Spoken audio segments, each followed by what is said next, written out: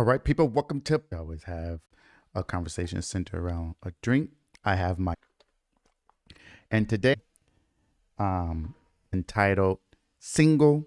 We are continuing our discussion. Was the cause of the crime, or at least allow individuals to be able to solve the crime? What part of United Kingdom? And United Kingdom, we are discussing of age when her life was snuffed out. So, let the case open. So is correct, about 14 years, where there is pandemonium. Okay. And essentially what happens is that a young lady was on her bicycle. She had to be no more than 13, 14. She had a little job. I don't know if this was the weekend. I didn't look back to see what May 12th was, but I presume she was down at school because it was during the daytime. She was going on her bike and she was throwing the newspaper onto the different porches, right? Who purchased newspaper for her to actually give to them. So there was one particular house where when she threw the newspaper, apparently she heard some glass crackling, right? And so she, being a little 13, 14, however old she was, curiosity took the best of her. So she decided to get off of her bicycle and actually go to the location where the newspaper hit the glass. And so as she goes up on this porch, she also sees that the glass is shattered all over the floor, or on the porch, actually, the cement.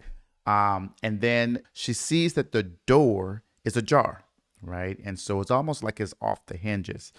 And instead of like saying to herself, okay, something isn't right here, she decides that she's going to go in a little bit. So she starts to go in. She calls, hello, anyone home? Anyone here? Type of thing. I don't even know if she knew who who actually lived there or who the newspaper belonged to.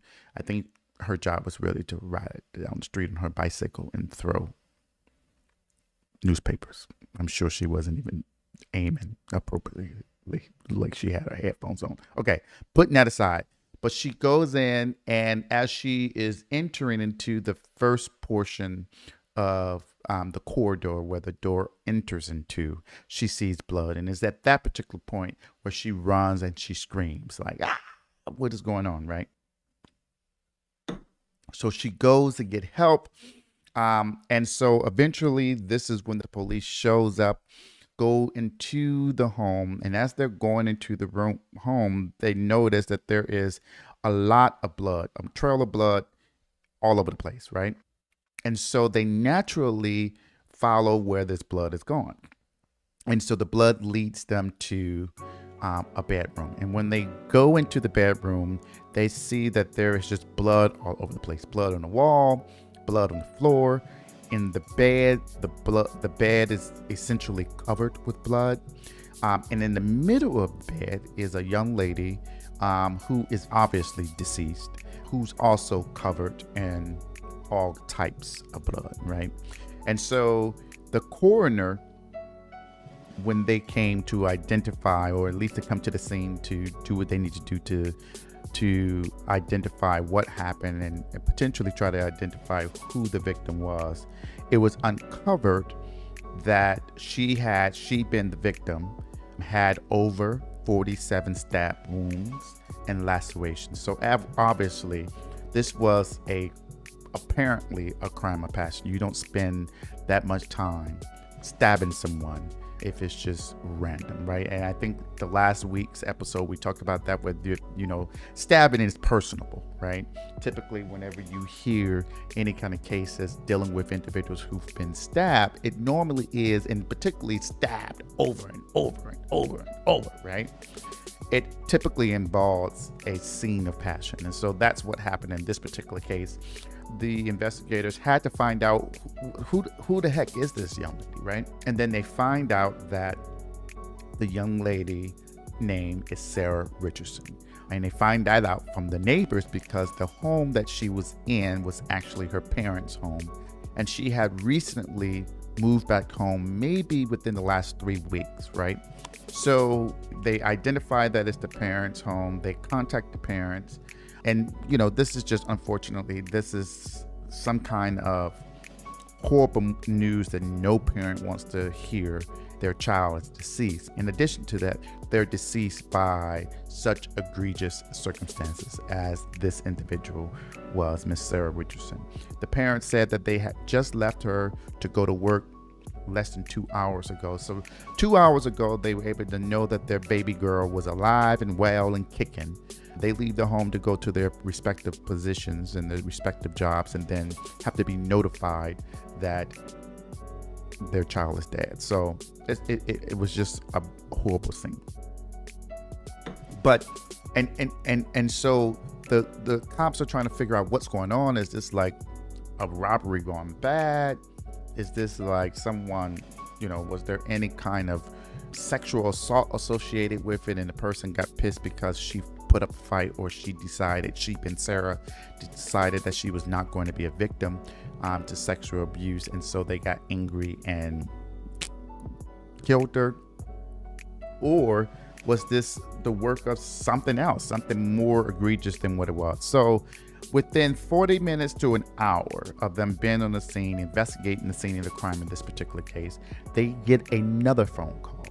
And they get another phone call, and that phone call is that there was a jogger who was jogging down the path, and then all of a sudden someone else came out bloodied all over the place and fell down. And so they are in the park with blood all over the place, apparently also stabbed. So immediately, and this is less than a few blocks from where Sarah was actually lying in the pool of her own blood in the bedroom of her parents' home. And so the cops are thinking, okay, what in the world is going on? Now before they get that call, let me back up. Before they get that call, they do try to inquire from Sarah's parents if there is anyone who, would want to do her harm, do her wrong, or do her danger. Does she have any enemies? And, their perspective was no, she didn't have any enemies. She was loved. But what they did say is that if anyone wanted to do anything to her, it would be her estranged husband, Edward Richardson. So, as I stated, Sarah had recently moved back to her parents' home about 3 weeks earlier because she, at that particular point, separated from her husband at that time. So her husband's name was Edward Richardson. Before they're able to go and communicate with Edward Richardson, they received this phone call that there's another body lying in the park. And at this point, they're trying to figure out, okay, are these connected? If they are connected, is this like a serial killer? Is this like someone just going on a random killing spree, like a spree killer? So there's a difference between a serial killer and a spree killer. I used to major in criminal justice, and I don't, but I think the simplest way to identify the two is that a serial killer is someone who gets the thrill from killing certain individuals. They had a MO and how they go about and do it, right? Sometimes there's sexual gratification from the aspect of being able to kill a person, and they do it more than once. So there's obviously serial meaning, more than once, that they're killing more than one person, right? Now, it's normally sometimes planned. Sometimes these people watch their victim for weeks and months because there is this personable aspect to it from their perspective. There's something psychological that makes them want this particular victim. Now, a spree killer is different. A spree killer is for gratification, instant fun. Typically, the concept of just going around, riding around from one place to another and killing people for sheer joy. And typically, a spree killer does not think about the type of victim that they want and things of that nature. Okay, now that's the gist of it. I'm sure that if you go to someone who actually studies this, and maybe it's a psychiatrist or something of that nature, they will have a more sophisticated answer. But that's the difference between a serial killer and a spree killer.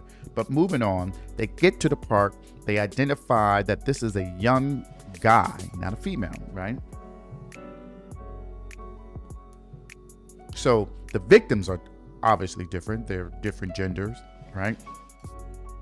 But they see that this individual is lying in the park, full of blood as well, but he's still alive, right? He's still breathing. And so they try to communicate with him. He's having difficulty talking, but they do find some identification on his body. And lo and behold, who is it? Edward Richardson. And so he is wounded. He has a knife cut around his neck, and then his hands are obviously also impacted by knife wounds as well. So they call the ambulance. They rush him to the hospital so that they can potentially save his life. And they speak to a jogger who is the one who called in the fact that this individual was there, and asked this jogger, and I think it was a female, but they don't really make it clear what happened, right? So from the jogger's perspective, that jogger was jogging on the path, and then all of a sudden, rushing out of the bushes is this guy who happens to be Edward Richardson, who is the estranged husband of Sarah. And he's running out bleeding profusely, asking for help, and then he just falls out. And so the jogger then calls 911. So then we are in this situation where we obviously have two individuals injured. We don't know if there's going to be a third, right? They happen to know each other, right? And so the question becomes, what happened? Why are these individuals in the predicament that they're in? Okay, so the police or the investigators are able to go to the hospital because, again, he was alive when he was on the ground. They rushed him to the hospital. They were able to survive him or save him. And so he is at the hospital. He's been Edward Richardson. The investigators go there because obviously he was attacked. Maybe he can identify what's going on. And so they go to speak to him, and he basically says he doesn't know who attacked him. It all came as a blur. So they ask him, why were you in this area? Because obviously they're estranged, they're not together. So why were you in this area where your ex-wife was? And so he immediately said, well, that's not my ex-wife, that's my estranged wife, meaning that there was no divorce decree. They're separated under some terms where they feel like at this moment they can't be in the same household and reside in the same dwelling, right? So he says that's my estranged wife, and the reason that I was in that area was that I was going there to communicate with her and try to patch this up, because I felt like we should work this out. We've been married for about 3 years now. We've been together for about 5. There's no point of throwing this away, essentially, right? Now, what he says is that he went into the home to try to surprise Sarah. And in the process of doing that, he was just attacked out of the blue.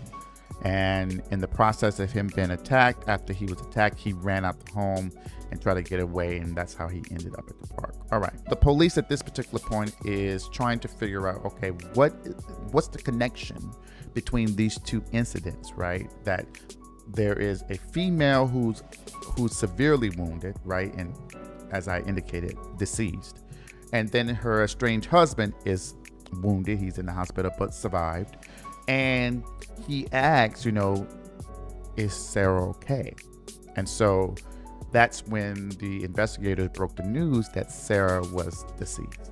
Okay, so he goes into shock, start crying. They attempt to try to get something out of him, but just was unable to get any information from him, because he claims that when he was attacked, he also hit his head, which caused some kind of memory loss.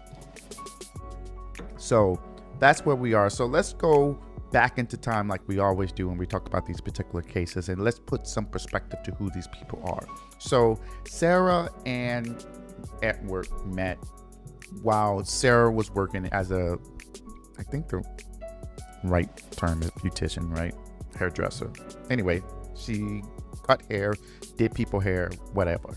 He happened to go into her particular salon to get his hair done, and they just hit it off like almost immediately. He was in his late 30s at this particular time, so he's a little older than her, maybe, I don't know, anywhere between 5 to 10 years older than her.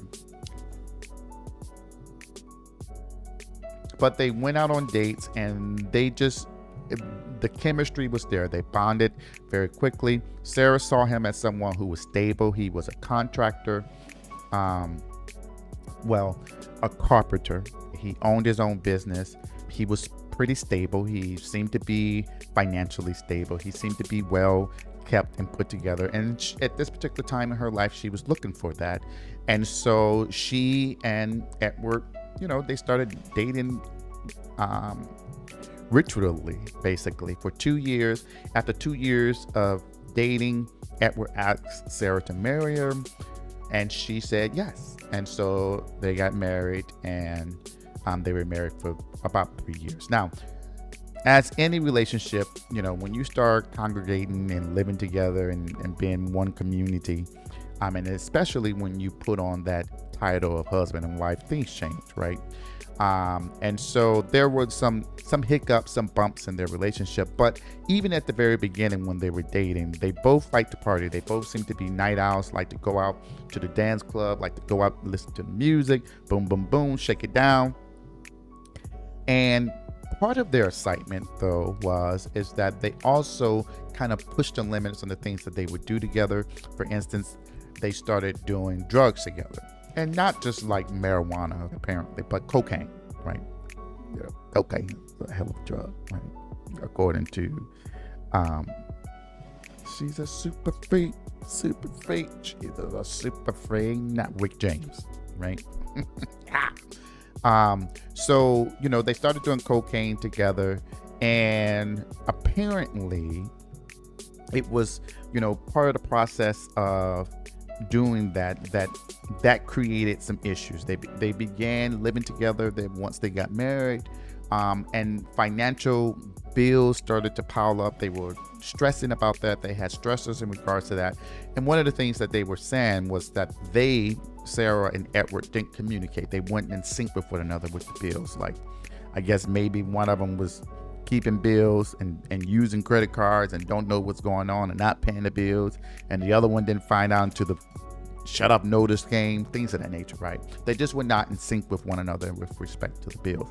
Even though they both worked, even though Edward had his own business, was doing well in the carpentry profession, and even though she was doing well doing hair and in the beautician world, I don't know what the right word is, cosmetology, right?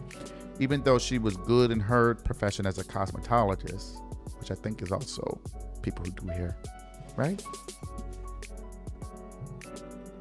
Because you go to cosmetology school, you can do makeup or hair.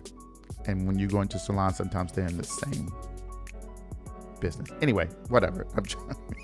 I want to make sure that I'm being politically correct. Anyway, in her particular profession, she was doing well, but they just were not in sync with one another. Okay. And so they were fighting a lot, to the point where they were throwing things at each other. They were pushing each other and things of this nature. So ultimately, they decided that they needed to take a break, and this is when she went to live with her parents. Edward didn't think that they should break up, right? He thought they needed some space, but he didn't think they should necessarily break up, okay? Now, let's fast forward back to where Edward is in the hospital trying to speak to investigators about what's going on. So in the process of not knowing who attacked him, now finding out that his estranged wife is now deceased, the investigators ask him, well, do you know who might want to harm her? And he said no, but he did disclose that Sarah, according to him, had a huge drug problem. And so perhaps because she owed someone money for drugs, perhaps this individual was trying to come to collect on a debt that was owed to this person. And because Sarah couldn't pay, that in fact, maybe that's who attacked him and who attacked Sarah. Okay, so the cops take that into perspective. They asked him, like, who's her drug dealer? Do you know who she hangs around with other than you, basically, who she did drugs with? He couldn't provide a name, a number, a description of anyone, right? And so the investigators decided that what they would do is that they would have to be forced to go and ask Sarah's parents, right? So because Edward couldn't provide any details in regards to how strung out, quote unquote, Sarah was on cocaine, that maybe her parents would know. So they go and ask the parents, and the parents are basically like, absolutely not. You're freaking crazy. She would never do drugs. Now, the parents could be oblivious to the fact that their loved one, their baby girl, was on drugs or used drugs. They could be blinded by that, just didn't want to see it. Or Sarah was very good at hiding the fact that she was on drugs, or she was never on drugs and it's just some bullshit, right? Because this is yet another reason why the parents said immediately, you should go talk to her estranged husband. So with that in mind, after getting that information, what the cops decide to do, well, maybe what we should do is, since she was living with Edward at least prior to the last 3 weeks, let's go to the home and see if we can find some information relating to her drug use. So they get to Edward's apartment. When they open the apartment, it's ransacked. I mean, stuff all over the place, things broken, everything strewn apart, pictures all broken on the floor, furniture turned over, table broken in half, dishes all on the floor. I mean, just ransacked. And so the cops come up with the perspective of, okay, well, maybe this drug thing is serious, because perhaps the drug dealer, after having attacked Sarah, came to where he knew her and Edward lived and sought to get repayment some kind of way, whether that's through some valuable, maybe there's some money in the house, maybe they can do X, Y, and Z to collect the debt that was owed to them based upon Sarah's cocaine use.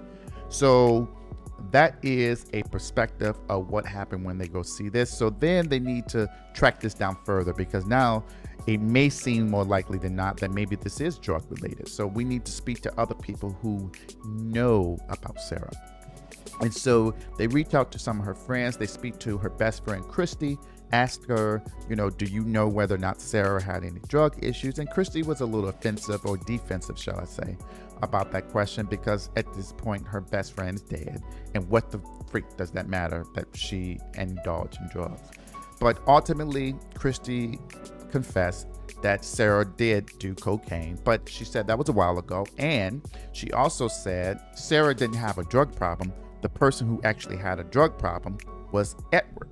And that is what precipitated a lot of their problems. Now, Christy did indicate that the two of them did engage in drugs together, right? That's how they started off. He introduced her to drugs. He, being Edward, purportedly introduced Sarah to drugs, but it was more like, Whitney and Bobby type, the early stages of that, right? Just having fun. No one initially thought it was such an issue, right?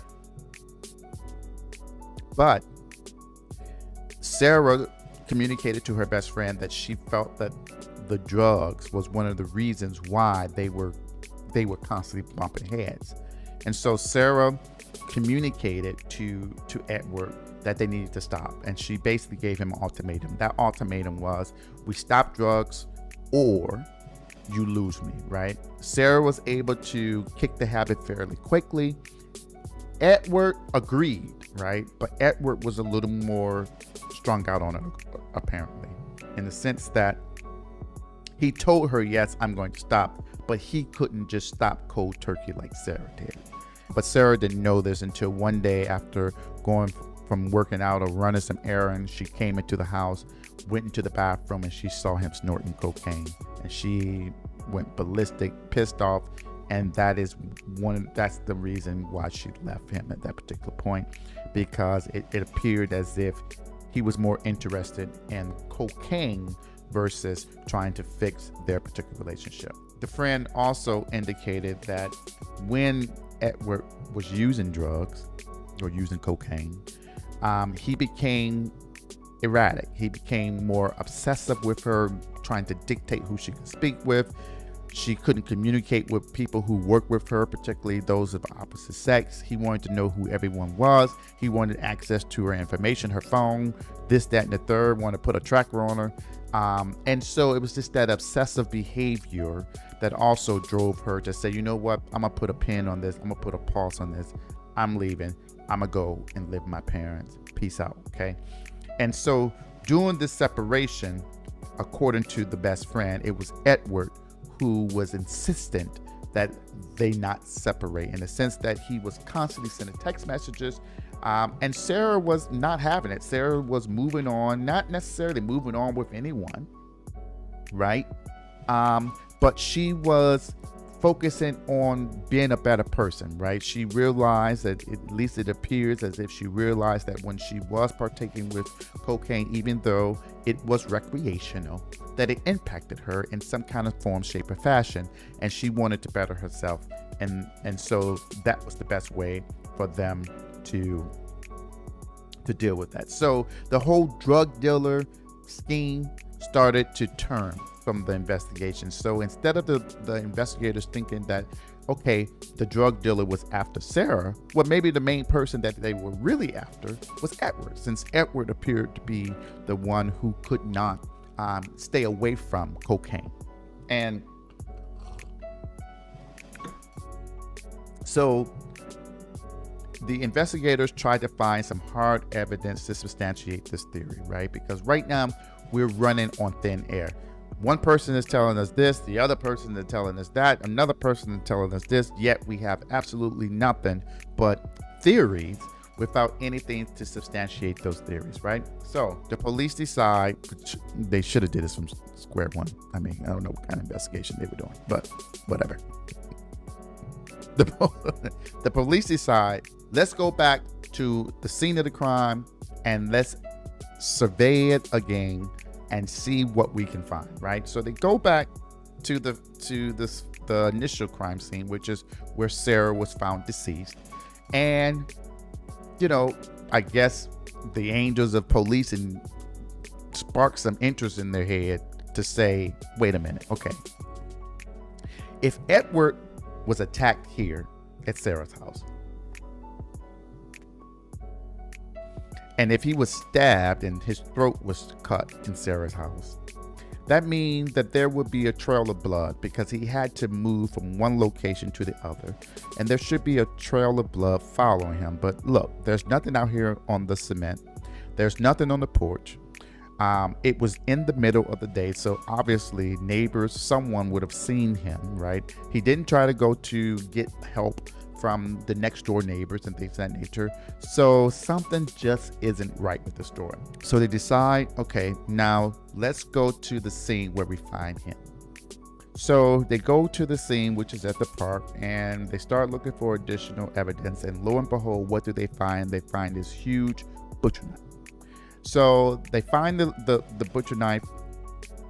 They go send it out to the labs for testing. And so once the lab does its testing, here's what it comes back to show. The blood on the knife is obviously Sarah's, right? But the fingerprints on the knife are Edward's, okay?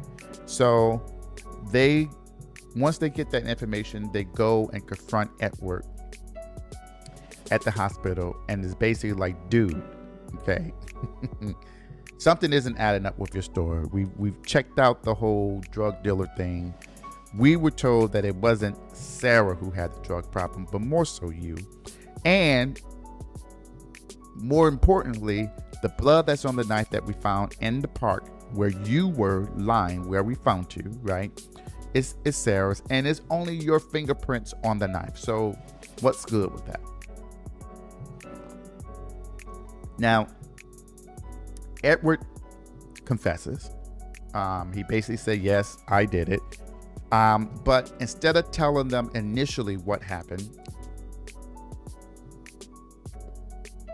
he goes back into time, right? He goes back, he talks about how they initially met. Things were great.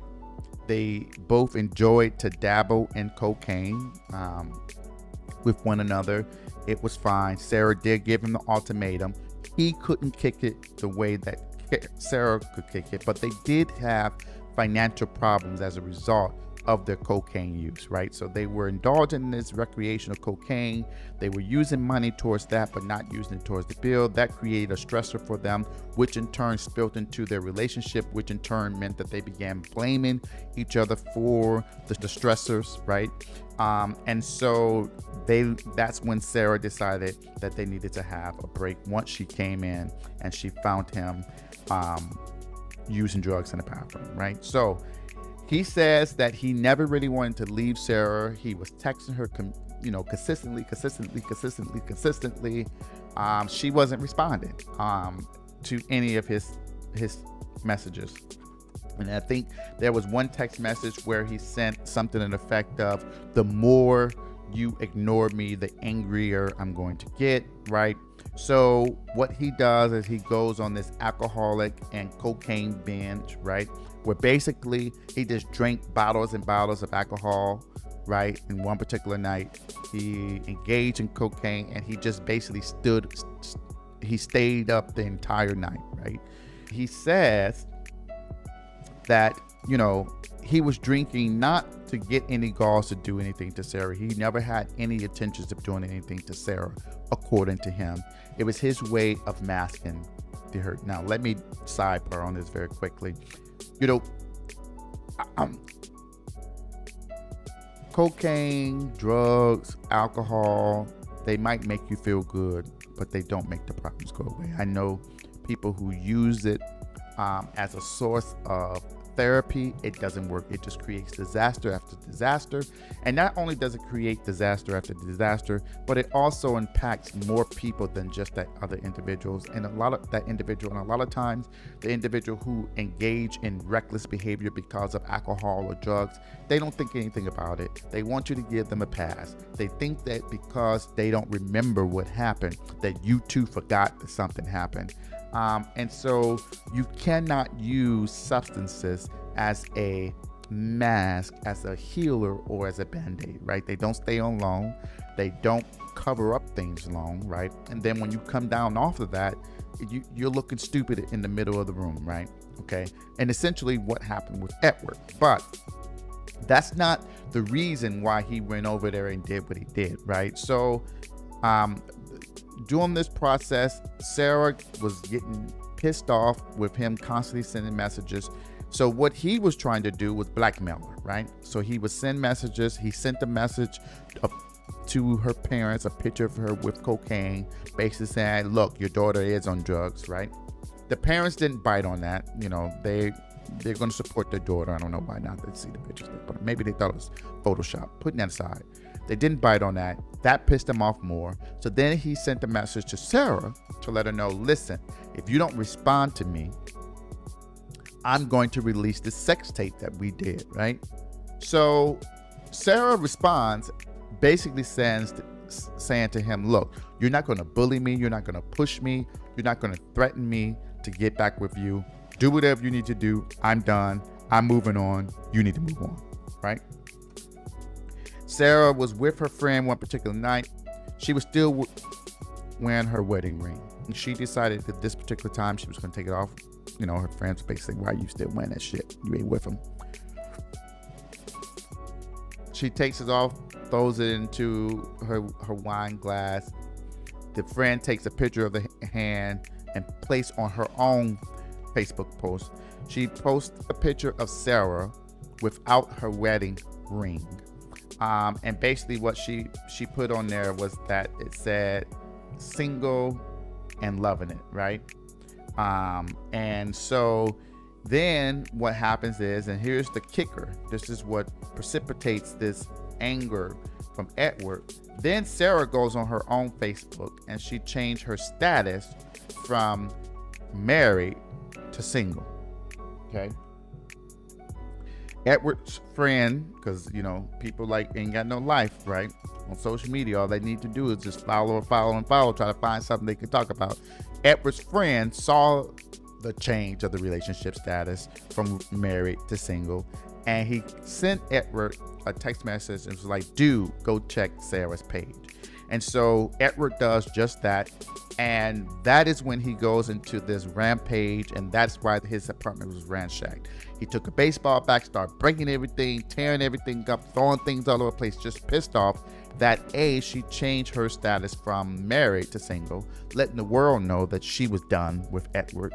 And so now Edward needs to face the reality that maybe he was telling everyone they were working it out, or she was on vacation, or she was just visiting her parents because they were sick or something. Now he needs to face the reality that, bruh, this relationship is over. So he goes onto this rampage. He's already drunk, right? Been drinking bottles and bottles and bottles of alcohol, been snorting cocaine for God knows how long that day, right? Been up 24 hours.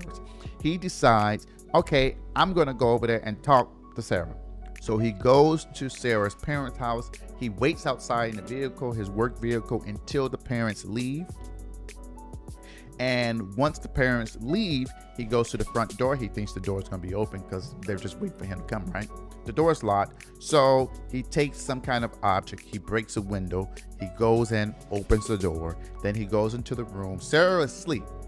She doesn't wake up until she sees or hears him coming to the room. So she jumps up. She's alert. Like, what the hell are you doing?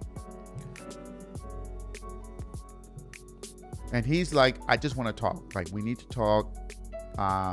We need to work this through. Like, we can fix the problems type of thing. And she's basically like, bruh, what don't you get? Like, get it through your head. I'm moving on. I don't want to be with you anymore. This relationship, this marriage is over. It's dead. Complete. Right? And so at this particular point, he pulls out a knife out the back of his pocket. Now, obviously, he has some kind of reason to have this knife there. It's not just there to be there, right? He pulls out this big butcher knife. He puts it to his throat because his intentions, according to him, was always to take his own life. And so she's basically like, don't do anything stupid. But the process of him pressing this knife to himself, she tries to run, and then that's when he goes ballistic. According to him, he blacks out because of the alcohol, the drugs, and he just repeatedly stabs her. And I said in the beginning, he stabbed her over 47 times. Once he came to his senses and realized what he did, then he decided he needed to run, but he couldn't go out the front door. Ding, ding, ding. Why? Because it was daytime. Duh. Like the police should have figured out from the beginning. And he didn't want people to see him, so then he ran out the back door. Ran into the park, according to him, until he got exhausted and fell out. And that's when he cut himself on the neck and on the hands with the intention of trying to kill himself. And yeah, so that's why he did it, all because of a relationship status that went from married to single, right? This is why people should pay too much attention to this. Social media is just too much, right? It's giving too much access to your personal life. People are looking. You never know what people are thinking. People misinterpret things. And she could have just been doing that just to get at him. And she could have had all intentions in the world to talk to him, but needed to talk to him on her time, on her terms, and when it was mutually agreeable and accepted to them, to both of them. But he decided, nah, I didn't want to do that. So yeah, ultimately he was sentenced to 18 years to life in prison. Crazy, right? Killed his own wife because she changed her status from married to single. Crazy. But anyhow, that is the episode for today. That is episode 52, single, in a relationship, or it's complicated. I know some of you out there have one of those status updates on your social media. Be careful about who's looking at it. Be careful about what that may portray to someone that maybe you have some kind of relationship with that is just kind of cuckoo. So think about all that. But yeah, be sure to rate us on Apple Podcasts. If you're watching it on YouTube, you can like, comment, and subscribe. Feel free to send us any kind of emails, messages, what have you. We'll be there for you. And you also see my new baby over here, my new hookah. Her name is Stacy. So welcome, Stacy, to the family. All right. Until next time, continue to drink, listen, and converse. Peace and love.